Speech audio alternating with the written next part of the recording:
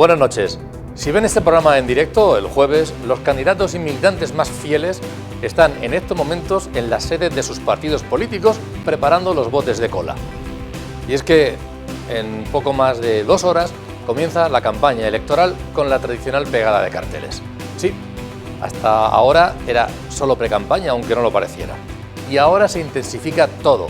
Más actos, más críticas, más sondeos, más propuestas, un aluvión de propuestas y petición directa de voto. Las tendencias parecen claras, pero no las consecuencias.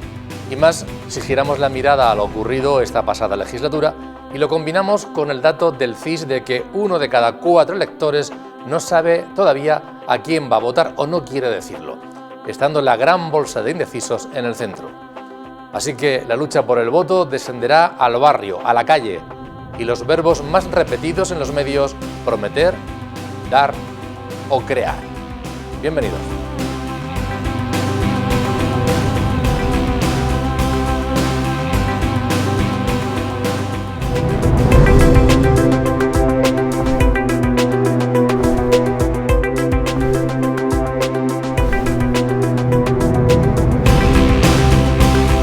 Vamos. Bienvenidos, vamos a analizar a muy poquitos, un rato nada más del comienzo de la campaña electoral, pues lo que es la situación en este momento, señor Bien Global, pero vamos a adentrarnos especialmente en una cuestión, en un ámbito que es el de las infraestructuras, el de la movilidad, que curiosamente hace unos años si nos llegan a preguntar, oye, ¿esto es un problema o es un asunto que está encima de la mesa y que se preocupan por esto los ciudadanos? Pues muy relativamente, habría parecido muy abajo, pero por lo que sea, ahora veremos por qué ha subido a uno de los puestos de arriba. No sabemos si por lo de conseguir ciudades sostenibles, si por la sequía, si por las obras que hay en Murcia. Lo iremos analizando esta y otras cuestiones esta noche. Lo vamos a hacer con Javier Adán. Javier, bienvenido, buenas noches. Que se va animando la cosa, ¿eh? Sí, se va a animar mucho. Bueno, veníamos ya con cosa animada, sí, pero ahora mismo, ya dentro de un rato, se podrá pedir el voto, que esa es la diferencia entre la cosa electoral, los momentos anteriores, a ya empezar la campaña como tal, en las que sí que se va a poder pedir el voto. Ahí nos lo van a enseñar. Por cierto, con carteles electrónicos, y eso ya ha perdido mucho interés, ¿eh? Vamos a ver. Pedro de los Santos nos acompaña también esta noche. Pedro, un placer contar contigo. Muy buenas noches, Antonio, el placer Pedro, es mío. La verdad es que cuando se habla de un asunto como este, el de la movilidad, las infraestructuras, que esté ahí en la lista de los primeros temas, o no sé si de manera natural, porque los ciudadanos han querido, sí, porque los políticos lo han querido poner en la lista, o porque los medios de comunicación hemos entrado al trapo, lo hemos puesto de moda, o todo un poco. Bueno, yo creo que todo un poco, pero simplemente porque es un tiempo que nos afecta, es que es tiempo, y el tiempo vale. El tiempo vale su dinero y tiene su importancia. Yo creo que hablaremos a lo largo de la noche, pero es fundamentalmente eso.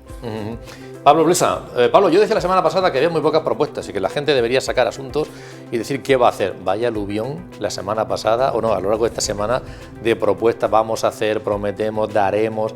Esos verbos son fantásticos, ¿eh? Ahora que vivimos en un contexto internacional de una lucha fuerte, férrea, cerrada, entre autocracias, democracias, incluso democracias iliberales, que también las hay, pues lo cierto es que es fantástico ser ciudadano en una democracia liberal donde cada 4 años hay una fiesta dedicada a poner sobre el tapete, sobre la mesa, a veces programas electorales de difícil consecución. Es aquello que decía Tierno Galván, de que los programas electorales están hechos para no hacerlos, pero también es cierto que se ponen encima de la mesa los problemas y a veces las soluciones que interesan a los ciudadanos. Y en efecto, yo creo que los partidos políticos, en general, aquí en España, hacen un trabajo meticuloso para trasladarle al ciudadano lo que serían propuestas de respuesta a las necesidades de asuntos que son de interés general. Por tanto, buen festín de democracia, yo creo que a veces sabrosos manjares y soluciones imaginativas a problemas que son reales, y ojalá que luego, después de las elecciones, veamos que una parte de ellos se trasladan a la realidad. Vamos con lo más calentito, con los sondeos, Javier, porque ha salido el del CIS en la región de Murcia y lo que plantea es que sí, que va a ganar el Partido Popular, pero no con tanta ventaja, no acercándose o rozando la mayoría absoluta como otro sondeo había pronosticado, sino que se queda lejos de ella, con lo cual necesitaría de Vox y el Partido Socialista perdería, pero se quedaría cerquita del Partido Popular. Es decir, hay cierta igualdad que al final sí que es verdad que gobernaría el bloque de derecha, pero con un protagonismo de Vox mucho mayor de la otra circunstancia. Y luego, esto es un sondeo que hizo el Partido Socialista, lo di a conocer a principios de semana, quiero recordar que lo publicó, yo lo vi en La Opinión, con 17 igualados, Unidas Podemos 3 y Vox 8. No es que sea igual, pero el de CIS, digamos que se parece bastante, por lo menos la consecuencia de lo que ocurriría sería bastante parecido. Y también lo que nos dice el CIS es que hay mucho indeciso, 1 de cada 4 electores dice que no sabe que va a votar, o si no lo sabe no quiere decirlo, una de las dos cosas, y que además la gran bolsa de indecisos está en el centro, es 1 de cada 3 no sabe muy bien qué camino va a tomar, con lo cual la caza del voto del centro parece fundamental. ¿Te ha sorprendido algo de esto, del CIS y demás? Lo que menos... El CIS nos sorprende siempre, pero bueno. Como es el centro de interpretación socialista, ¿no? Una cosa así, algunos lo llaman así. Lo que menos me ha sorprendido, porque creo que todas las encuestas lo están marcando y todos tenemos un poco esa sensación, es los indecisos que hay en este momento.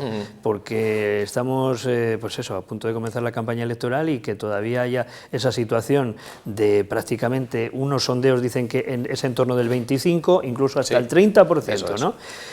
Claro, eso puede dar un vuelco a las elecciones de un lado a otro. Es raro que el vuelco en el sentido de quién puede gobernar. Otra cosa es los dos bloques. ¿De qué manera gobernar? Sí, y los bloques que dices, no, si el bloque de centro-derecha es el que parece ser que sí que es el que va a ostentar el poder en la región de Murcia, incluso a pesar de esa oscilación de aquellos que todavía no han decidido su voto. Voy a contar una anécdota. Sí que me parecía relevante que esta semana he estado con varios compañeros periodistas y en concreto 2 de ellos muy ultra informados, igual que los que siempre estamos por aquí, decían: es que en las 2 últimas elecciones, y en esta creo que me va a pasar lo mismo, voy a decidir mi voto justo antes de llegar a las urnas, porque no lo tengo claro. Y no sé si esto un periodista que está ultra informado, pues tiene esa sensación por distintos motivos. Ya entraríamos ahí en la cosa política, que se lo dejo para ellos y sus familias, ¿no? Pero que dices, quizás esa sensación sea trasladable a la ciudadanía. Por lo tanto, el reflejo de las encuestas ahí estaría acertado. En cuanto a los datos que hemos visto, bueno, son horquillas que se manejan que, ya digo, bloque de centro-derecha, bloque de centro-izquierda, yo creo que ahí sí que se sigue manteniendo esa diferencia, centro-derecha en el entorno del 60%, la izquierda, centro-izquierda en ese entorno del 40 y algo por ciento, y eso es lo que sí que parece difícil, según todos los sondeos, que varíe. Pero ¿cómo se puede llegar a esa circunstancia de ganar las elecciones? Por ejemplo, si cogemos el Partido Popular, esos datos serían malos. Lo está diciendo la gente del Partido Popular. Decía, hombre, es que nosotros todo lo que no sea acercarnos a 22, que sería el objetivo, ni siquiera 23, que sería mayoría absoluta, sino 22... Que sería más que la suma de la izquierda. Esa sería la clave, ¿no? Y además, por lo tanto, no depender de Vox. Todo lo que no sea eso, todo lo que se vayan aproximando a 17, que sería la parte baja de la horquilla, pues condicionaría mucho a futuro pues todo lo que sería, pues desde el reparto de consejería, desde la acción de gobierno, porque Vox sí que va a pedir estar en el gobierno, de la otra manera no estaría, bueno, pues ya el desarrollo de todo lo que sería la legislatura, pues como hemos visto pues en Castilla y León, por ejemplo, ¿no? Vamos a ver también sondeos nacionales, porque, vamos a verlo, ya le doy la palabra a Pablo, porque puede sugerirnos cosas. Han salido 2 esta semana, la verdad que siempre que van publicando se los mostramos a ustedes. La Razón y El Español han publicado, ahí vemos los dos. La Razón le da un 22,3% de votos al Partido Socialista, El Español 24,1%, al Partido Popular 33,2% y 28,9%. Hay una diferencia muy grande, la verdad es que hay otros sondeos que no tanto, pero en este caso sí. Vox 13,5%, 16%. En el caso de Podemos 4,9% y 6,7%. Sumar 11,6%, 9,9%.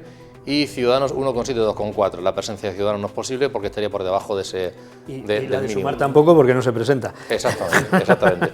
Bueno, estos son también datos que se han dado estos últimos días. Eso ya en clave nacional, Pablo. Sí, opino que en clave nacional Por supuesto, los trabajos demoscópicos podrían ahora acercarse a una radiografía más o menos fidedigna de lo que en este momento la opinión pública pueda sentir, pensar y cómo piense hoy, cómo dirimiría hoy su voto. Pero quedan tan lejos, son épocas en el ámbito político, estos meses, unos meses, incluso semanas, son épocas. La opinión pública, como bien sabemos, es muy volátil y muy voluble y cambia con una celeridad asombrosa. En ese sentido, a nivel nacional, yo, como grandes líneas, grandes tendencias, atisbo, no tengo datos científicos, tenemos estos trabajos demoscópicos hechos por terceros, pero yo no tengo trabajos científicos, pero a partir de lo que uno regurgita, lee, estudia, analiza de terceros, lo que yo veo es, uno, que quizá el efecto Feijóo, que fue fulgurante al principio, se va amansando, y esto lo he visto como mucho más claro cuando una persona, un votante del Partido Popular, amigo mío, empieza a no estar tan cómodo con el liderazgo de Feijóo. A mí eso me llamó mucho la atención, con lo cual creo que el efecto Feijóo empieza a encanecer muy rápidamente. Eso no significa que los múltiples errores del Partido Socialista a nivel nacional no le pasen factura última en diciembre, como la ley del sí es sí y otros desbarajustes muy claros y falta de sintonía. Sí que creo, por otro lado, que esta propuesta de la señora Díaz, Yolanda Díaz, de sumar, bueno, puede, igual que puede insuflarse y crecer y flotar y eventualmente en diciembre reflejar datos incluso mejores que los que hemos visto el más positivo de ellos, un 11,6, pueden ser mejores porque es una propuesta muy nueva, también se puede disolver, o sea, puede crecer y tener un ciclo de vida un tanto largo, o puede disolverse. Pero, repito, la política nacional, yo creo que hoy todos son juegos demoscópicos, pero no hay verdadera solidez en nada de lo que se trata. En los datos a nivel regional, yo voy a seguir intuyendo, voy a seguir pronosticando que no es imposible, y digo no es imposible, que el Partido Popular, el señor López Miras, pudiese obtener una mayoría absoluta. ¿Y por qué lo pienso? ¿Porque me cae bien López Miras? Pues no porque me cae bien López Miras. Pienso que el Partido Popular en Murcia no le debe nada al Partido Popular a nivel español, y en ese sentido me refiero a esta conexión que he hecho sobre el ligero, yo creo, descenso del impacto del efecto Feijóo. López Miras aquí, el PP en Murcia, tiene una identidad muy fuerte y juega su propio partido, casi con independencia de lo que ocurra a nivel nacional, incluso aunque alguna cosa grave ocurriese a nivel nacional. Creo que ni le perjudicaría en exceso, ni tampoco lo enaltecería en exceso, algo muy positivo que ocurriese al PP a nivel nacional. Entonces, ¿qué creo? Que el Partido Popular sigue contando con bastantes abrevaderos de votos en terceros. Pienso que puede arrancar votos de Vox, del PSOE y, por supuesto, de Ciudadanos. Y además, hay un dato muy claro que han repetido muchos trabajos demoscópicos, es la popularidad del señor Miras en relación a los demás. Entonces, paso brevemente, Antonio, a esta encuesta un tanto insólita para mí, muy ligada un poco también a las tendencias del CIS, que ha presentado el Partido Socialista. Realmente me parece que refleja más un deseo que una realidad el hecho de que el PSOE pueda tener 17 y de que el PP solo vaya a tener 17. Me parece que eso no se incardina bien con ningún otro trabajo demoscópico y yo no veo que tenga una base real. Pedro, ¿tú crees que ahora en esta campaña, donde tenemos los días por delante hasta el 28, al final pesa un poco todo, o nuestro entorno, que es lo que deberíamos valorar, los candidatos que van a nuestro pueblo, nuestra ciudad, en la comunidad autónoma, vamos a fijar más en eso, o en los grandes, o en los líderes nacionales y los medios de comunicación nacionales? Realmente son elecciones de cercanía, pero ¿votaremos con cercanía o votaremos más en clave nacional? No lo tengo del todo claro, y estoy en cierta manera de acuerdo con cosas prácticamente todo lo que ha dicho Javier y también Pablo, pero yo percibo que primero que sigue habiendo un descontento natural por la política, y eso hace que haya un tanto por ciento muy importante de indecisos. Yo tengo amigos, conocidos, como tenemos todos, que a día de hoy no saben qué votar. Por tanto, yo estimo que esta campaña va a ser extremadamente importante de cara a cómo planteen esas alternativas los diferentes políticos. Otra cosa es que las alternativas que planteen no las creamos o no las creamos o las veamos viables, pero que es extremadamente muy importante importante la campaña y con unos datos, no digamos como bien ha dicho Pablo, que estoy totalmente de acuerdo con él, que de cara a diciembre pueden pasar multitud de cosas. Las vimos en unas elecciones generales y todos las recordamos de un día para otro cómo cambió el espectro político. Pues vamos, con 6 meses, 7 meses que todavía tenemos de cara a las generales puede cambiar mucho. Respecto a las regionales, yo no veo al PP con una mayoría absoluta. Yo tengo una porra que son 19 PP, 15 PSOE, 8 Vox y 3 Unidas Podemos, porque con esta circunscripción única que tenemos ahora mismo es muy complicado. Hay que obtener prácticamente del orden del 48,7% para obtener esa mayoría absoluta. En las circunscripciones que había antes, la zona del Altiplano, la zona de Cartagena, bastaba con un 42-43%, era realmente más fácil, pero ahora es muy complicado esa mayoría absoluta, con lo cual yo creo que entramos dentro de una perspectiva y de una situación de una semana, yo creo, pues a los que nos gusta de alguna forma la política y más para los que de alguna forma trabajáis en ella, pues muy bonitas y muy interesantes. Vamos a ver qué nos ofrecen y desde luego con unos resultados que puede haber alguna sorpresa. En cualquier caso, Javier, todo es posible, decía la posibilidad del PP. También es verdad, a mí me da la impresión de que el PSOE se activa bastante. El mitin en el Príncipe de Asturias con Pedro Sánchez activó ahí al partido en la región de Murcia llenando el auditorio, pero también durante muchos años los medios, como ese bipartidismo era para gobernar y sacar mayoría absoluta, cuando preguntamos si no gobierna usted, no tiene mayoría suficiente, ¿con quién pactaría? Preguntábamos aquello y nunca nos querían contestar, decían, no, nosotros aspiramos a gobernar y nada. Pero eso ya se ha desvelado, ahora ya se sabe, cuando se va a votar, si uno plantea votar al Partido Socialista, al Partido Popular, por hablar de dos mayoritarios, ya sabe, si no hay mayoría absoluta, con quién va a ir de socio. Y eso también puede condicionar para al final darle el voto o para no darle el voto, porque sabes con quién va a ir de socio. Es decir, han cambiado las circunstancias, ¿eh? Hombre, la respuesta esa era de manual siempre, ¿no? Siempre es que sido lo mismo. Efectivamente, siempre había que decir que no y tal. Lo que pasa es que, fíjate tú, yo creo que sí que han cambiado algunas cosas en cuanto a lo que, por ejemplo, es la interpretación de voto útil. La interpretación de voto útil pues hace pensar que, claro, como en nuestra ley electoral premia a los más grandes, sanciona la división, pues ya te empieza a dar pistas, ¿no? Eso de decir, bueno, yo sí igual votaré, pero resulta que mi voto creo que es más eficiente si lo dedico. Entonces, esa puede ser la salvación de algunos, pero frente a eso está el cabreo, ¿no? El votar contra, que todos sabemos que eso se da mucho en nuestro entorno. A cualquiera dice, mira, yo no lo tengo muy claro, pero lo que no quiero, lo que sí que no quiero, y entonces esas circunstancias pues también están ahí. A efectos de los partidos, sí que yo creo que hemos atajado en cierta manera todo lo que era esa polarización máxima, porque yo no la estoy viendo. Siempre hay enfrentamiento, es lógico. Partimos desde puntos de vista distintos, queremos realidades diferentes y trabajar con programas que al final transformen la realidad de una manera distinta, ¿no? Entonces, pues lógicamente sí que tiene que haber ese pequeño enfrentamiento dialéctico, pero de ahí lo que vemos, por ejemplo, a nivel nacional, yo creo que en la región de Murcia no se está dando. Evidentemente que se discute, pero que cuando ves esas polarizaciones que sí que dan muchos votos supuestamente a los más grandes, lo hemos visto en Estados Unidos, pero claro, allí siempre hay dos partidos al final, o sea, entonces esa polarización es estás conmigo o contra mí, funciona más yo creo que aquí, pero aquí con todo y con eso, por suerte en la región de Murcia, yo creo que asistimos a ese debate en el que cualquier ciudadano, aunque tenga sus dudas, en cierta manera sí que va a poder decidir sobre cosas de programa, que sería el otro elemento esencial que habría que poner encima de la mesa.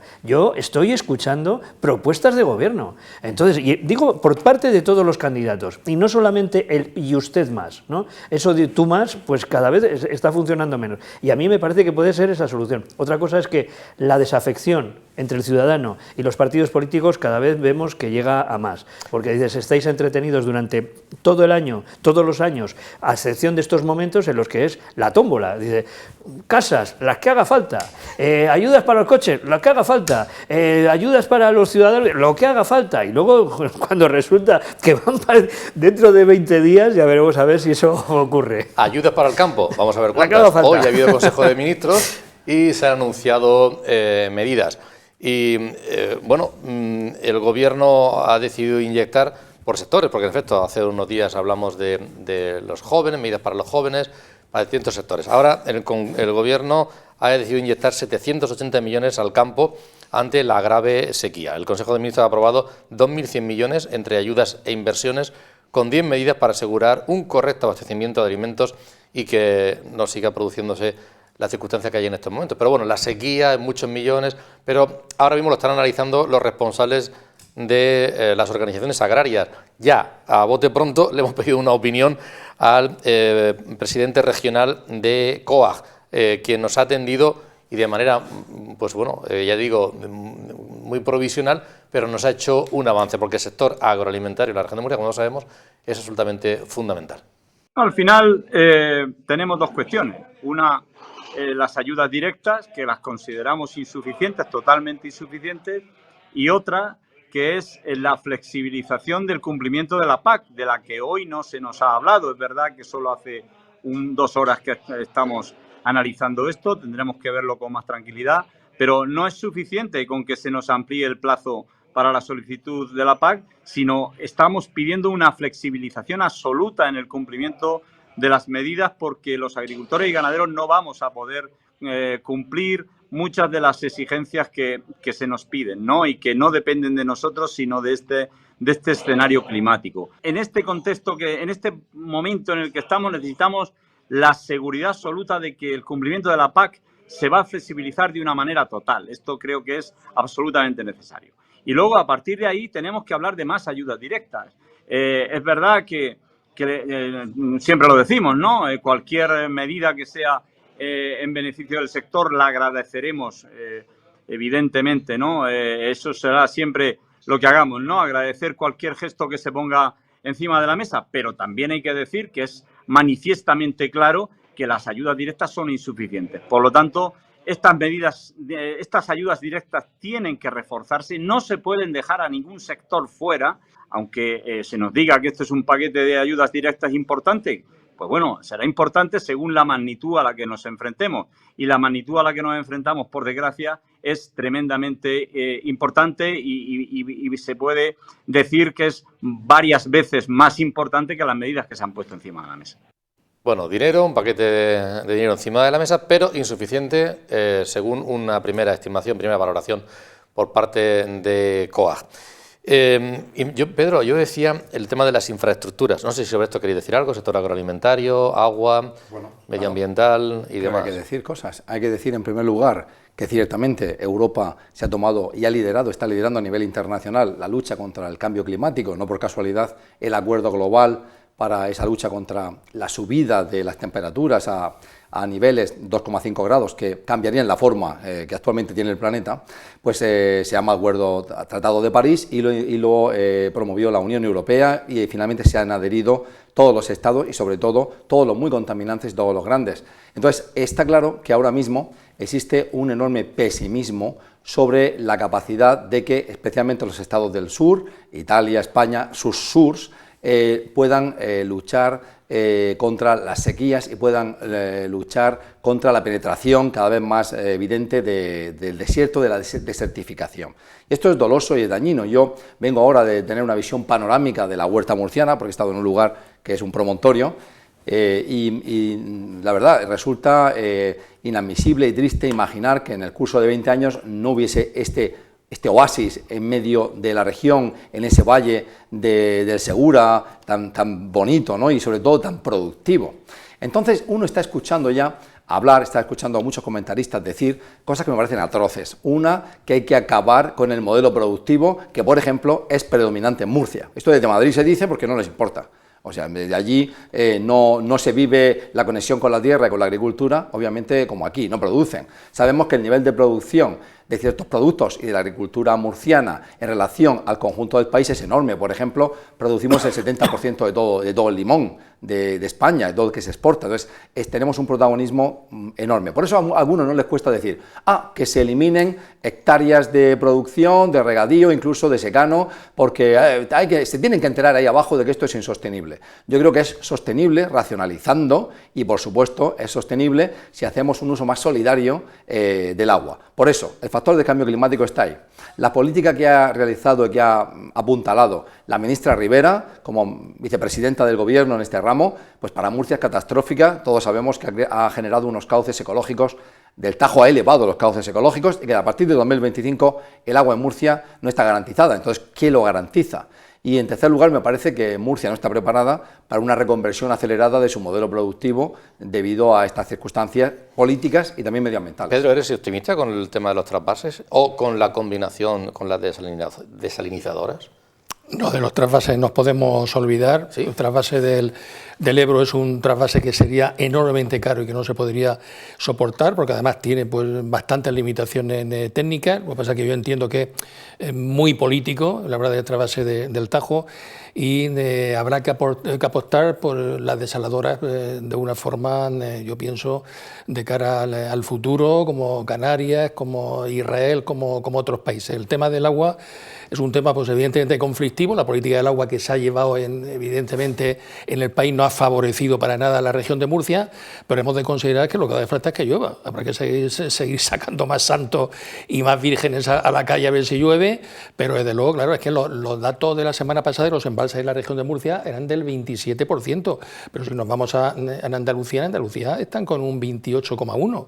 De Castilla-La Mancha, donde nosotros nos quejamos, pues podían darnos más agua, están con un 38%, solamente superan el 70% los embalses de Galicia, de Asturias y de Galicia. O sea, es una problemática importante. Y estoy de acuerdo con Pablo que, desde luego, lo que no se nos puede negar a la región de Murcia, ni siempre ni menos ahora, es cómo, de alguna forma, cada gota de agua la mimamos. O sea, estamos en depuración en el 99% de aguas depuradas en la región de Murcia, cuando en toda Europa la media no llega ni al 70% en países europeos. O sea, aquí sabemos lo que cuesta el agua y evidentemente sería un desastre para la región, evidentemente que de alguna forma tuviéramos esa limitación, porque de noche para la mañana pues no podemos dejar pues muchos cultivos que sirven para llegar a Europa, que somos uno de los mayores productores.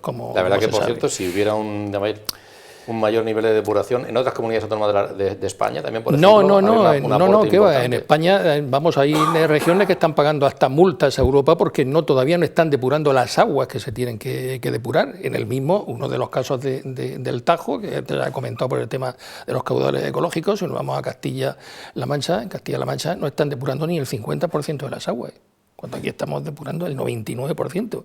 Ahí tenemos a la empresa de Samur, que está haciendo un trabajo maravilloso. Los trasvases, lamentablemente, yo no los veo, más que nada por el ámbito económico. Estaríamos hablando hoy del orden de unos 4 o 5 mil millones de euros. O sea, al Ebro, ¿te refieres? No, al Ebro, no nos engañemos. Otra situación de trasvases complicada, y en situaciones tan dramáticas como ahora, pues bueno, pozos de sequía. Vamos a intentar los pozos de sequía, abrirlos y tratar de aguantar, porque ahora estamos también este año en el ámbito que estuvimos entre el 92 y el 95, en los años más secos que tuvimos aquí en la región de Murcia. Pues por desgracia nos enfrentamos, sí, a lo que parece que es ese cambio climático, pero que tenemos poco apoyo. A mí me da la sensación de que se han tomado medidas muy lentas, que se han anunciado, pero que luego la efectividad para la agricultura pues es lo que te demandan, que dice que no, pero es que el agua no está. Más luego las sanciones, en cambio, sí que llegan enseguida, ¿no? Eso es lo que está haciendo incluso el que algunas grandes empresas hayan cambiado ya y hayan ido a otros lugares de producción, por ejemplo, cerca de Granada, porque entre otras cosas tienen más agua allí. El cambio climático también les beneficia para eso. Parece ser que esa bajada del entorno de 1 grado pues está haciendo posible cultivos que hasta ahora pues no se producían allí. Allí el agua de momento pues sí que tienen mucha y no hay tanta sanción como aquí, pero claro, eso lo que hace es que a nosotros pues nos dejen un tanto pues al albur de lo que pueda ocurrir. Si no hay empresas que produzcan, no va a haber empleo. Si no hay empleo, pues sabemos lo que se genera al final, falta de riqueza, falta de empleo. No puede ser el que nos condenen a esto. Para eso sí que debería haber una acción de gobierno mayor, más importante, y no solamente anuncios de las ayudas que vamos ahora. O sea, justo ahora es cuando los 700 millones, etcétera, etcétera. Y las ayudas están bien para ayudar, pero que luego lo que hay que hacer es posibilitar la producción de todas nuestras empresas, las más eficientes, porque es que cada vez que ves los rankings de eficiencia en cuanto a producción agrícola y transformación, es que las empresas de la región de Murcia siempre están liderando todo esto. Son grandes empresas que desde hace mucho tiempo la tecnología les ayuda y bueno, pues cuando hablamos luego si es la venta ya de producto, todo lo que es envasado y demás, pues sabemos que son absolutamente modélicas. Pues hay que apoyarlo, porque si no lo que queda, y lo dicen así y es verdad, si no lo que queda es el desierto.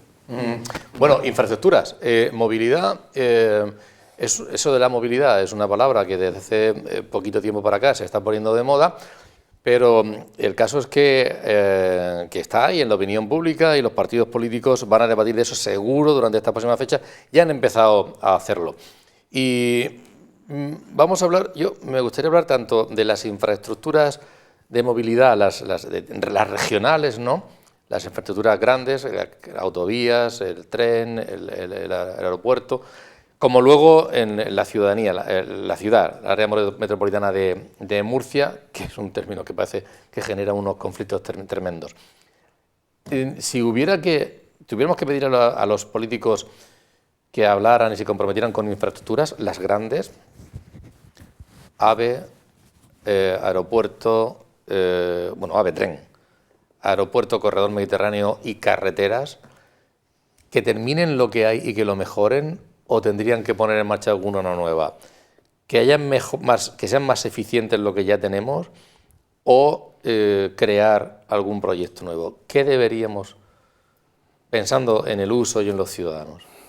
Bueno, Antonio, yo creo que hay que ser serio por pedir. ¿Qué pediríamos? Sabemos que hay obras que serían extremadamente importantes para la región. Aquí hemos hablado en algunos debates sobre el Gorguel, pues es que totalmente necesario para la región. Hemos hablado de tener ya el corredor mediterráneo, hemos hablado, el mismo trasvase del Ebro, estamos comentando antes de cosas, pero yo creo que hay que ser realistas con lo que tenemos.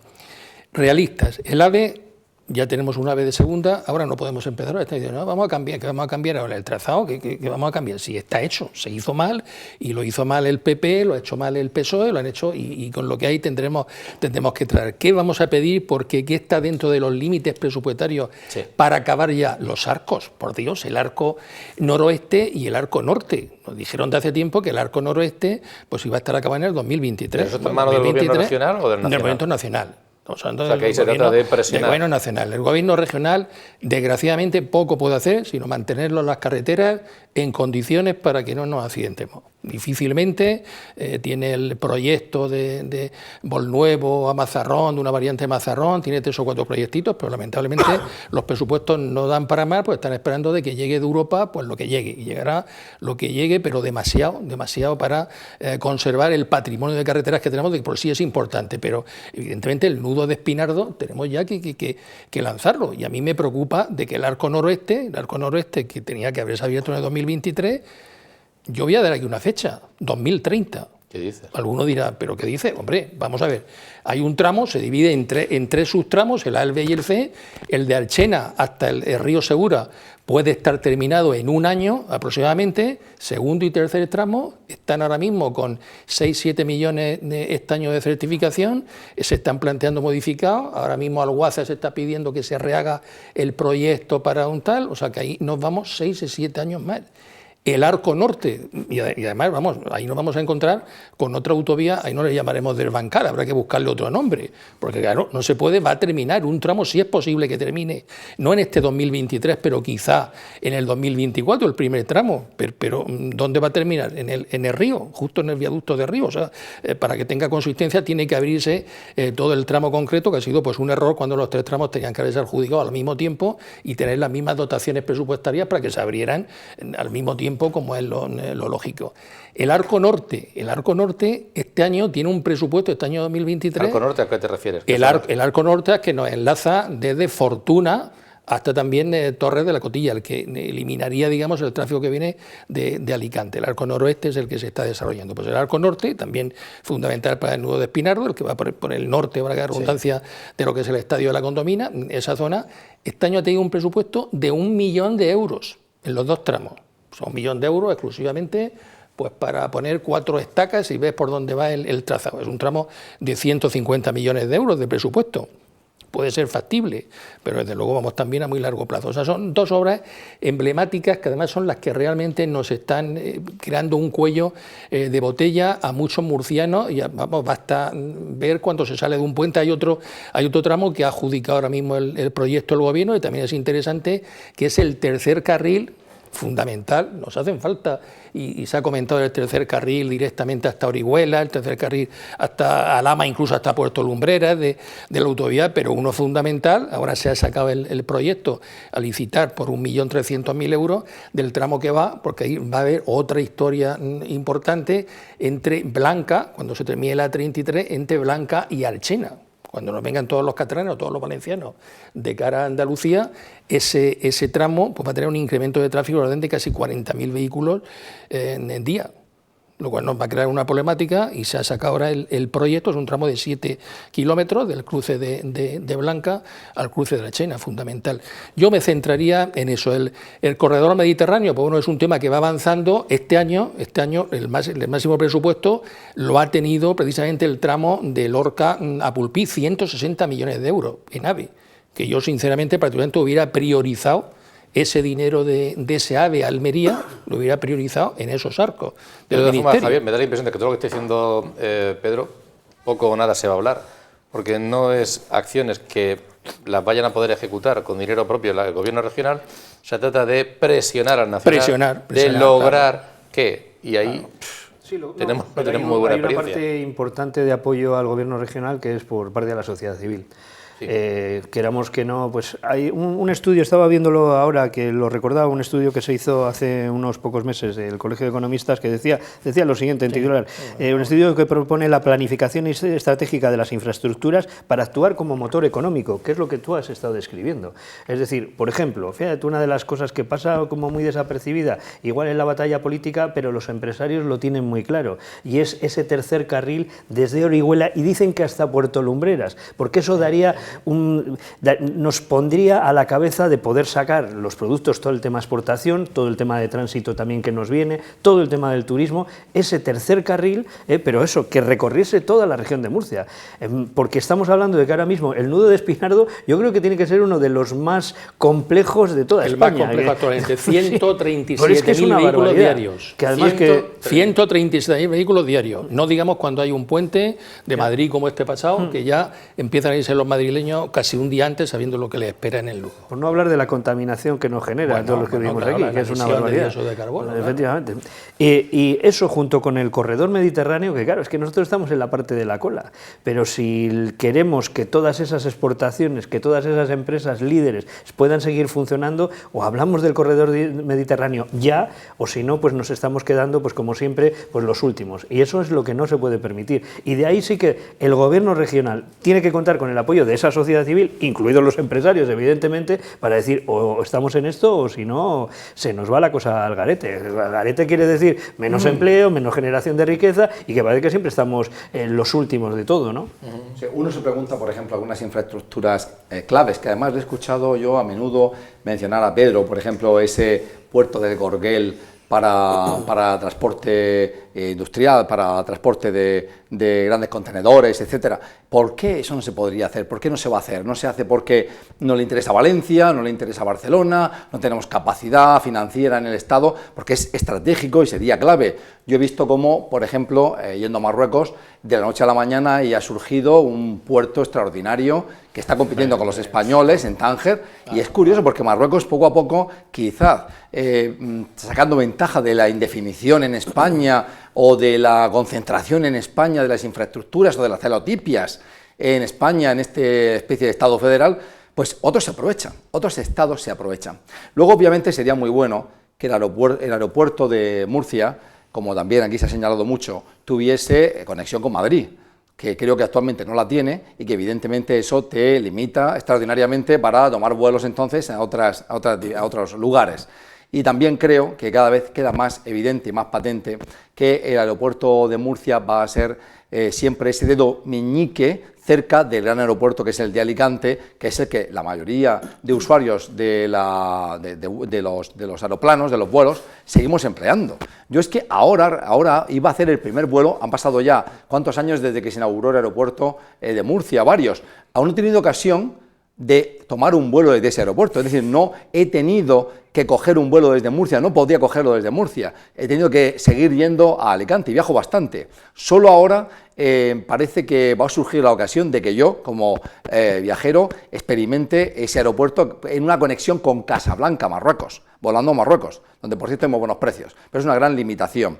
Y luego, claro, por otra parte están estas grandes infraestructuras viales que ha señalado Pedro, pero yo lo que quiero aquí poner en la palestra es que al final Pedro ha hablado muy bien del tiempo. Al final el tiempo es el dinero, el tiempo fugit, pero es verdad que cuando tienes a miles de personas perdiendo cada una de ellas media hora en un nudo, eso se transforma al cabo del año en decenas y centenares de millones de euros, aparte del efecto contaminante. Por eso para mí el mismo paquete que es disolver los nudos, donde se concentra primero la polución y segundo las pérdidas de tiempo nefastas, que conllevan, ¿qué? Un segundo factor, la falta de calidad de vida. En las ciudades o los lugares donde hay atascos, obviamente ahí se merma la calidad de vida. Y quiero conectar esto con otro factor, que es obviamente la electrificación de los vehículos, que es algo también muy importante, ese cambio, esa evolución del vehículo de carbono a los motores de combustión, a los vehículos eléctricos, que las estadísticas dicen que están creciendo, la compra de vehículos eléctricos mucho,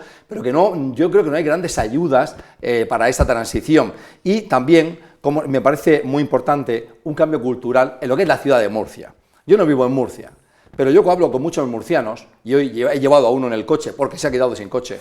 Me dice, Pablo, si el problema en Murcia, primero es que hay no hay una buena gestión del transporte público. El uso del transporte público es imprescindible para que luchemos también contra la polución y, por tanto, contra el cambio climático, etc. ¿Y qué ocurre en Murcia? Que parece ser que hay una cultura muy arraigada de que para ir a comprar la barra pan, coges el coche. Por cierto, yo en mis excursiones a la ciudad de Murcia no he visto a nadie montando en bicicleta por el carril bici. No he visto nunca en la vida a nadie usando el carril bici. Entonces yo me pregunto, desgraciadamente, ¿para qué vale el carril bici en la ciudad de Murcia? Bueno, sobre movilidad, vamos a entrar ahí en esto. Esta misma semana ha habido una jornada de movilidad promovidas por la Cátedra de Movilidad y el grado de Ingeniería Civil de Pedro de los Santos, Cata Masailu, con técnicos y con políticos, navegando con ellos. Y había como dos cuestiones fundamentales que salieron permanentemente. Por una parte, Murcia ciudad, con todas de las obras que están levantadas, y luego lo del área metropolitana, lo de conectar con Molina, con Espinardo, con los municipios del alrededor, ¿no? Daba la impresión de que yo estuve un rato escuchando, todos están de acuerdo de que es necesario unas ciudades más sostenibles, coger menos el coche, utilizar más el transporte público, salir más a la calle de manera sana y demás, pero luego lo del acuerdo, imposible. Por una parte porque uno lo diseña de una manera y otro de otra, y yo luego no sé si tiene que ver con que en el Ayuntamiento de Murcia hay un gobierno y en el regional hay otro, o las competencias de que no quieren, eso de que te invado, no me invades y demás, pero el caso es que había una finalidad común, pero el camino totalmente distinto. Vamos a escuchar a Roberto Liñán, que es el responsable de la cátedra, y a Alberto Menchón, su jefe provincial de tráfico de Murcia, con dos opiniones suyas. Hay un cambio de mentalidad, sobre todo para el conjunto de los usuarios. Todos quieren movilidad sostenible, todos quieren sobre todo ese fomento de transporte público.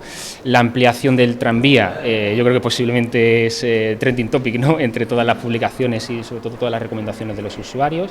La creación también de un área metropolitana, ¿no?, que aúne a todas las concesionarias y aúne sobre todo a los diferentes ayuntamientos. Nos encontramos con que las nuevas tecnologías que las utilizan los jóvenes y la sociedad en general, cada vez tenemos que implementarlas mejor para que no supongan un nuevo factor de distracción. Nos encontramos también con una descarbonización general en el sector económico y en particular en el de la movilidad también, y nos encontramos también con una concentración en las grandes ciudades de la población, un envejecimiento de esta población, que hay que asegurar que esta población también pueda participar en todos los aspectos de la movilidad. Y desde las administraciones públicas tenemos que intervenir para poder ofrecer a los ciudadanos una movilidad mucho más sostenible, que es lo que están pidiendo hoy en día los ciudadanos. Bueno, los principales problemas los tenemos como siempre en el nudo este de la A7, y luego tenemos según cada periodo, pues tenemos en las zonas de playa y de costa, y va por temporadas. Se ha puesto de moda, Pedro. ¿Y sí. qué conclusión sacaste de ahí, de esa jornada? Bueno, casco urbano. Las calles levantadas, hay gente que está enfadada, hay gente que le parece bien, hay un debate abierto. Pero hay que hacer de Murcia una ciudad con más transporte público, más sostenible, menos coches. Sí, yo creo que lo vamos a agradecer todos. Vamos a ver, entrando en los 17 objetivos de desarrollo sostenible, que pueden ser, pues bueno, unos muy difíciles de cumplir. Hay un objetivo número 11 que nos habla de plantear que todo lo que todos queremos, unas ciudades más resilientes, más cómodas, más seguras, más sostenibles.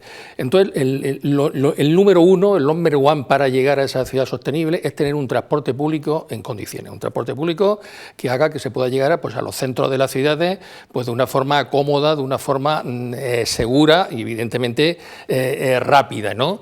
Que haya la mayor peatonalización posible, eso es lo que queremos, digamos, los ciudadanos, pero claro, para eso, como digo, hay que hacer un transporte sostenible y un transporte rápido. Y yo, antes de entrar aquí al plató, 10 minutos antes me he cogido esa aplicación que tenemos todos en nuestros móviles, que es el Mac, que hemos utilizado siempre cuando vamos a un sitio, ponemos la ubicación y vemos tanto si vamos andando en coche como llegamos. Bueno, pues he puesto lo siguiente, hace unos minutos. Leganés, he cogido primero 3 municipios de Madrid y 2 de Murcia. Leganés, le mete uno directamente, he puesto Leganés a Puerta del Sol, en Madrid. Transporte privado, 29 minutos. Transporte público, 25 minutos. Menos, más rápido. ¿Hombre? Más rápido y además no tengo que llevar a la Puerta del Sol donde aparco tal. Getafe, privado, 24 minutos. Público, 21 minutos. Torrejón, hasta Puerta del Sol, 40 minutos transporte privado, 38 transporte público. Hombre. Alcantarilla, desde Iglesia de San Pedro hasta Ayuntamiento de Murcia, transporte privado 19 minutos en nuestro coche, transporte público 54 minutos, prácticamente una hora. Molina de Segura, desde la Plaza de la Compañía donde está el Ayuntamiento, privado 21 minutos, público 1 hora 50 minutos.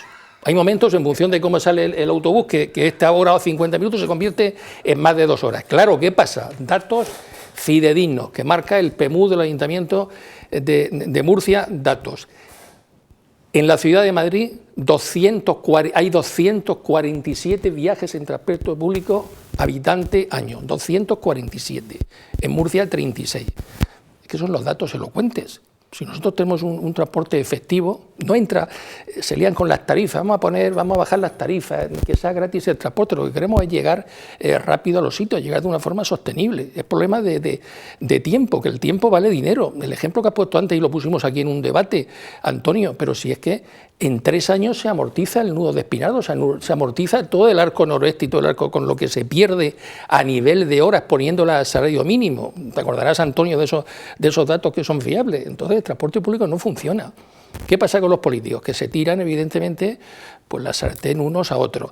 ¿Qué problema hay, evidentemente, en el área metropolitana? Hemos planteado 2 grandes municipios, Alcantarilla con cerca de 50.000 habitantes y Molina, que está del orden de los 75.000 ya, que son municipios que tendrían que tener pues un tranvía que situaría ese tranvía, lo está pidiendo ahora el mismo alcalde de Molina, Eliseo, que plantaría en 12 minutos perfectamente llegar de Molina y de Alcantarilla poco más, en directo, serían totalmente asumibles, con unos presupuestos del orden de 70 millones. Es más, en el PMU que se hizo en el 2013 del área metropolitana, cuando gobernaba el mismo partido a nivel regional y a nivel municipal, en esos municipios, en Molina, Alcantarilla y en Murcia, se planteaba que aparte de la línea 1 de tranvía ya existente, tanto la línea 2 que unía ya con el Parmal, la línea 3 que nos unía con Beniaján y con Torragüera y la línea 4 que iba hasta Alcantarilla, Sangonera la Verde, pues iban a estar en el 2022, iban a estar terminadas. Y con unos presupuestos en ese momento que eran totalmente importantes, de 70 millones cada una de las líneas, y que se hubieran amortizado perfectamente. Javier, estás de actualidad. Y va a ser un caballo de batalla, todo el tema de la movilidad, las obras... Evidentemente, no, además que lo está siendo, que por eso a mí me alegra de que está saliendo en el debate político. ¿Sí? Y yo creo que sí, yo estoy viendo titulares pues sobre eso, de algunos que pueden sonar peregrinos, pero que sí que está ahí. De hecho, además, las protestas ciudadanas en los últimos tiempos también se han visto, ¿no? Es decir, es una situación que se padece. Y yo es que sobre todo lo situaría en la parte del gasto de tiempo. Es que los transportes públicos tienen que ser sobre todo eficaces y te tienes que poder fiar de ellos. Por lo tanto, si sabes que tú vas a salir de tu casa, coges el transporte público X y vas a llegar a tu puesto de trabajo en tal tiempo, y eso siempre se produce así, pues tú sí que dirás, pues no. Por ejemplo, yo siempre me gusta situarlo en lo de la universidad. de Murcia, porque me parece algo emblemático. Está ahí, está muy próxima, muy cerca. Porque fíjate tú, la UCAM yo creo que tiene una mejor incluso combinación, porque al estar cerca de otros barrios que hacen que pasen por aquí más autobuses, pero tú para ir a la universidad pública, resulta que tienes por las mañanas, yo lo he tenido en mi casa, mi hija lo ha padecido, que colas tan interminables que al final decidió por subir en bicicleta, porque decías, no, a la hora que tenemos que subir, el autobús lleno, el tranvía lleno, imposible, muchas veces me quedo ahí en la parada viéndolos pasar. Eficacia, la bicicleta. Ojalá que fuese así, la bicicleta, pero yo cada vez que salía a las 8 de la mañana con su bicicleta, me acuerdo que era cuando yo volvía con la mía, que la veía ahí, fíjate tú, las 6 de la mañana es un buen momento, lo digo por experiencia, para andar con bici, pero las 8 no, porque el tráfico está hasta arriba, y ves las bicicletas ahí que no tienen un carril segregado para subir 6 kilómetros o 5 kilómetros a Espinardo. Entonces dices, tampoco puedes ir andando. Oye, que 5 kilómetros tampoco es tanto como para planteártelo. Si el transporte público es malo, la bicicleta no la puedes usar porque corres peligro y andando pues también te da no sé qué cosa. ¿Cómo está la Universidad de Murcia todos los días? Todos, podéis ir cuando queráis, todo, hasta arriba de coches. Es algo que no parece que sea sensato, que dices, pero que es un recorrido. Si la eficacia en el transporte público fuese como se espera, pues aquello debería ser un campus verde. Fíjate tú, que es uno de los lemas que utilizan, campus verde. No, pero además pues hay dos cuestiones nada. más. Javier, yo creo que la Resaca también es una zona, la ciudad sanitaria, de una afluencia de vehículos enorme, tremendo, y también mejorar la comunicación es fundamental. Y hablando de estudiantes, a mí me comentaba uno también, por ejemplo, aquí en la Universidad Católica, decía, yo vivo en la zona del Puntal, que además es muy poblada, zona del Puntal, Cabezo de Torres, Churra y demás, para venir a la universidad no evitas el centro, que es lo que hay que intentar, sino que te lleva al centro. El transporte te mete en la redonda, en la plaza redonda, y luego te saca de ahí. Podemos en el mar meter y a lo mejor nos sale pues una hora y media, una hora y pico, y luego te saca de ahí. Dando vueltas, y cuando llegas a la conexión tienes que coger otro tranvía que es el que te conecta para venirte al campus. 40 minutos, 40 minutos. Ha habido una mala planificación y hay cosas que hacer. Ahora estamos mucho con la movilidad. Yo entiendo que cuando se quede todo resuelto va a quedar una Murcia muy atractiva y muy bella. El problema es cómo vamos a llegar si no se mejora ese transporte público, si esos aparcamientos disuasorios todavía están en el alero, muchos de ellos que todavía no están planificados, pero va a quedar una Murcia, yo espero y tengo esa confianza, bella. Hubo también protestas, está habiendo muchas protestas, hubo protestas cuando Alfonso X el Sabio, y Alfonso X, pues la verdad ha quedado un paseo precioso, esa zona peatonal que podemos coger desde la Glorieta de España, desde Río hasta llegar a la plaza circular. Los comercios ya no querrían volver a la situación anterior. ¿Qué va? Tendrán claro. su ventaja. Lo que pasa es que, bueno, entre otras cosas, yo pienso que ahí no es que se haya equivocado, yo pienso el Partido Socialista, le ha venido tan mal que le ha pillado en una situación que le va de alguna forma a castigar esa situación ahora de intranquilidad de muchos de los vecinos que están soportando pues una obra. Pero bueno, también es verdad que los fondos estaban ahora y había de alguna forma que gastarlos. Lo que pasa es que eso ha priorizado que haya hecho unas actuaciones que a lo mejor no ha llegado a consensuarlas, muchas de ellas pues con vecinos, con asociaciones, y eso va a castigar al PSOE cuando la solución final yo estimo que va a ser interesante. Por la experiencia que yo he tenido en Bilbao, que siempre han venido varios expertos de Bilbao a foros en la región de Murcia a explicar cómo se hizo ese cambio de modelo, Bilbao era horrible, ¿eh? O sea, Bilbao para ir de Baracaldo a Bilbao, que viene a ser como de Molina a Murcia, tú has dicho en ese autobús que alguna vez alguno se ha equivocado, lo ha cogido y dice, no puede ser que tarde menos tiempo en ir a Albacete que en ir de Molina a Murcia. Y es verdad, porque se empieza a dar vueltas. Javier, en el UMA hay otra opción de 1 hora 47 que es cogiendo el que va a la Manga del Mar Menor y dejando ese autobús de la Manga del Mar Menor en un sitio y luego coger otro. Pablo, pero que quería solamente una cosa muy rápida, la pincelada de lo que ha ocurrido esa experiencia en el caso de Bilbao, que fue una ciudad horrible en el transporte, se mejoró por esa acción política, pero que, ojo, lo que es la integración de tranvía, autobús, tren y metro, todo eso es una integración de transporte en lo que hay que buscar. Y, por último, ¿qué es lo que ha pasado con el metro de Bilbao? Que sigue siendo deficitario, es muy eficiente, pero que sigue costando. O sea, es decir, que no pensemos que el transporte público, por el hecho de serlo, va a ser rentable. Quizás haya que pensar que, pues que nos va a costar, pero eso es beneficioso porque es eficiente, porque nos lleva rápido, porque no contamina y además pues podemos mover los ciudadanos. Pues claro. Está sustituyendo ahí está el uso y los ingresos directos que supongan el consumo de un transporte público, y está lo que estás evitando por otro lado, que no lo computas. Es decir, al final es una suma y resta. No, a mí me parece paradigmático la transformación de Madrid que hizo el señor Gallardón, que también al principio empezó a hacer hoyos, a tunelar, unas infraestructuras de ciudad moderna, unas infraestructuras faraónicas. Hoy en día es extraordinario, ¿no? Te entras por un túnel de Madrid, estás 14 kilómetros, cruzas la ciudad entera y hizo una ciudad más eficiente, pero claro, a un coste que puso la ciudad al borde de la bancarrota y obviamente poniendo de los nervios a todo el mundo, porque parecía imposible, parecía un campo de minas, parecía una zona de guerra. Todavía hoy pasa ese fulgor de las inversiones. Yo estuve en Madrid hace poco y en la Puerta del Sol siguen haciendo hoyos, sigue habiendo excavadoras y sigue habiendo... Fui con la universidad cuando visitamos el Senado, seguía siendo una zona minada y la Puerta del Sol estaba dividida por corredores para que los ciudadanos y turistas pasásemos por allí. A pesar de ello, al final eso repercute en el tiempo, no solo en una ciudad más eficiente, sino también, me parece un factor destacable, en la adhesión y en el orgullo de la gente respecto a su ciudad. Porque uno no se puede sentir muy orgulloso de una ciudad sucia, que es un factor de que también se está hablando mucho a nivel de las campañas municipales, la suciedad. Y yo recuerdo que como Madrid era una de las ciudades más apestosas de Europa. Y tenemos aquel dicho de la mujer de Beckham, de que aquí huele a ajo. Y hoy en día tú no ves ni un papel. Y una ciudad limpia es también lo que en buena parte consiguió o ha conseguido el alcalde Ballesta. Consiguió que Murcia fuese una ciudad limpia, igual que más atractiva, cierto, concentrando mucho los recursos en el centro de la ciudad en detrimento de la periferia, pero haciendo que hoy tú, aunque no vivas en la ciudad de Murcia como yo, bajes exactamente, tomes Alfonso X y empieces a caminar, tengas esa vista panorámica espléndida, preciosa del centro de la ciudad, veas la catedral, entonces al final dices, esto merece la pena, es bonito tener una ciudad peatonalizada y limpia, es importante. Y por último, decir que es cierto, hay alguien que, solo es la anécdota, esta mañana alguien quizá un tanto maledicente decía, bueno, mira, no lo decía con maledicencia hacia Serrano, el alcalde de Murcia, pero decía, mira, Pablo, los socialistas han visto las encuestas que no van a ganar y están haciendo lo que hay que hacer, que es empezar a hacer hoyos, aunque esto les va a perjudicar electoralmente, pero como saben que no van a ganar, lo hacen porque es lo correcto.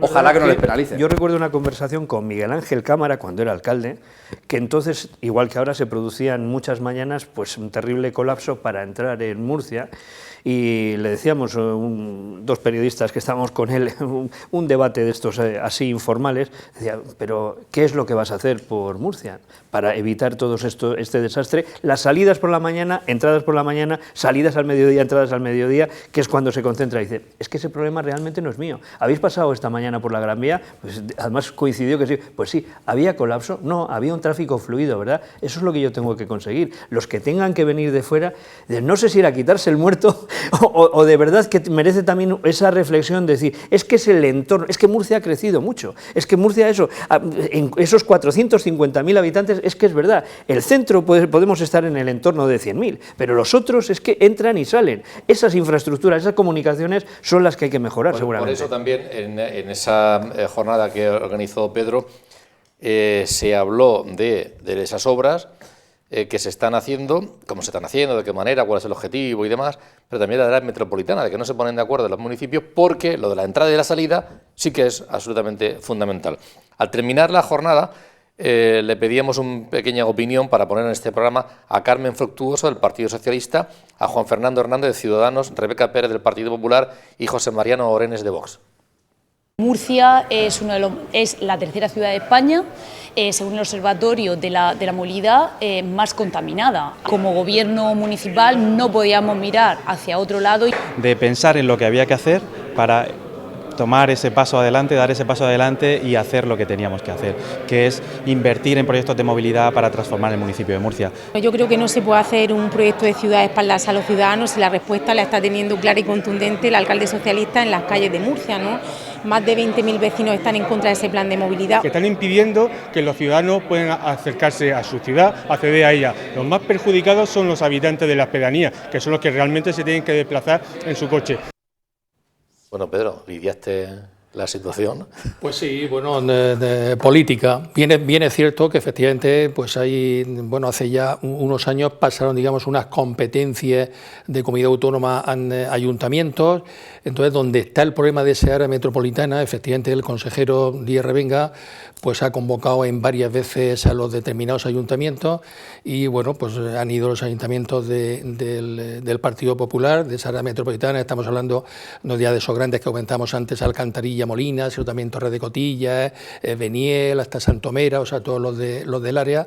Y bueno, están pensando de que tienen que darle unos 8 millones de euros que le corresponden, que es la financiación. En fin, ahí entre unas cosas y otras pues están pasando la sartén de un lado para otro y evidentemente si no hay una coordinación, lo primero que plantea el Plan Director de Transporte de la Comunidad Autónoma y luego el mismo PMU, el plan municipal que se hizo para Murcia y para toda el área metropolitana, pues que haya una coordinación de las administraciones. Sí, entonces, que dependa todo de una, sí. que los metamos en una mesa como estamos aquí, le cierren la puerta y alguien les diga que no pueden salir hasta que no haya un consenso, porque claro, no van unos a las reuniones y juegan políticamente. Yo ya no entiendo si eso va a ser una excusa o si a partir del 28 de mayo va a ser un solo grupo político o un gobierno, mismo gobierno, el que planifique que puede ser esos ayuntamientos y la comunidad. Vamos a ver, ya no habrá a quien tirarle, a quien despejar esos balones. Lo que es cierto. Por tanto, yo veo más interesante, hemos dicho que ahora la campaña va a ser muy interesante, pero yo creo que va a ser más interesante el mes siguiente a la campaña, no aquí a nivel, vamos a ver cómo se mueve también el amigo Feijóo, porque tendrá que dar unas determinadas bases que eso puede o no puede perjudicar al alcalde de cara a las generales, o sea que va a ser desde luego, Pablo, a ti te gusta unos meses y un entorno muy de mucho... Javier, Galán o Vinicius. Ya sé que... pero bueno. Yo estoy en otra batalla. Estás en otra. Bueno, algunos que somos del Barça. Y Pedro tampoco opina. Pablo, ¿vamos a ver qué da de sí la campaña? Sí, porque no, claro, partido, ¿no? De vuelta. Sí, claro. Hombre, yo espero que Madrid tire de historia, tire de mítica, tire de raza, tire de esprit de corps y se imponga. Lo veo difícil. Es que le tengo mucho miedo al City, y a Guardiola. Creo que es un grandísimo entrenador con una visión estratégica fenomenal. Hasta ahora no le ha salido bien, ha tenido mala suerte, más que mala táctica. Y bueno, alguna vez le tocará ganar, espero que lo sea esta. Yo, de todas formas, mucha gente dice, es que Guardiola es un grandísimo entrenador, pero no se acuerda del Madrid, ¿cómo se llama? ¿No? Y los equipos que tiene y lo que se gasta, pues claro, con mucho dinero se puede... Sí. Javier, nos vamos a entretener esta campaña electoral, Sí, y esperemos que también dentro de poco... Yo tengo más amigos en Madrid que en la City de Londres, por lo tanto espero que vuelvan a colgar otra copa importante, ¿no? Muy bien. Javier, vamos a... Sí, vamos a pasar lo divertido. Yo ya digo, además en estas elecciones me está gustando ese tono en el que evidentemente se están hablando de cosas. Yo creo que es positivo. Pero con respeto, dentro de un entorno... Sí, hombre, siempre tiene que haber un cierto debate, porque si no, esos lores ingleses que pensábamos que hablaban muy... Fíjate tú con los espectáculos aquellos que gritaban y se decían cualquier barbaridad, ¿no? Order. Order. Muchas gracias, Pedro, ha sido un placer contar contigo. Javier, estaremos pendientes de lo que ocurra. Pablo, encantado, que además te nos vas de viaje. Sí, me voy a marchar, por desgracia no voy a poder estar contigo asistiendo en directo al recuento de votos, y antes quizás del recuento de votos, vamos una delegación de la universidad a Washington, donde hay una feria, que es la feria universitaria más importante del mundo, acrónimo NACSA, y esperamos hacer un buen papel. Vamos 5 personas y tenemos grandes objetivos y grandes esperanzas. Bueno, te llamaremos para ver las reacciones allí en Washington. Corresponsal tuyo en Washington, y delante de la Casa Blanca veremos la opinión de Biden sobre las elecciones municipales. Pues quedamos emplazados. Muchas gracias. Gracias y buenas noches. Nos vemos el próximo jueves. Gracias.